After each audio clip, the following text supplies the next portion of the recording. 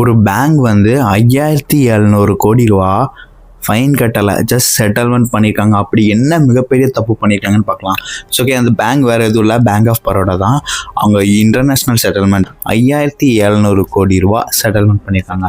இதுக்கு என்ன காரணம் தெரியுமா? என்எம்சி ஹெல்த்னு ஒரு கம்பெனி வந்து யூகேல லிஸ்டான கம்பெனி தான்.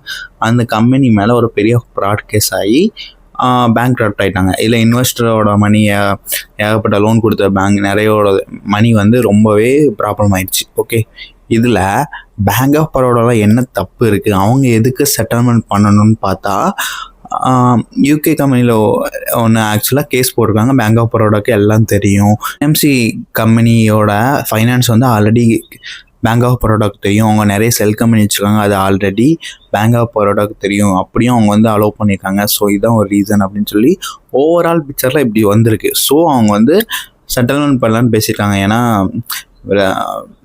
ஃபைன் கட்டி பேரை இது பண்ணதுக்கு பேசாமல் செட்டில்மெண்ட் பண்ணிக்கலாம்னு சொல்லி 5700 கோடி அவங்க குவார்ட்டர்லி ப்ராஃபிட்டோட கொஞ்சம் அதிகம் லாஸ்ட் இயரை கம்பேர் பண்ண போகிறோம்.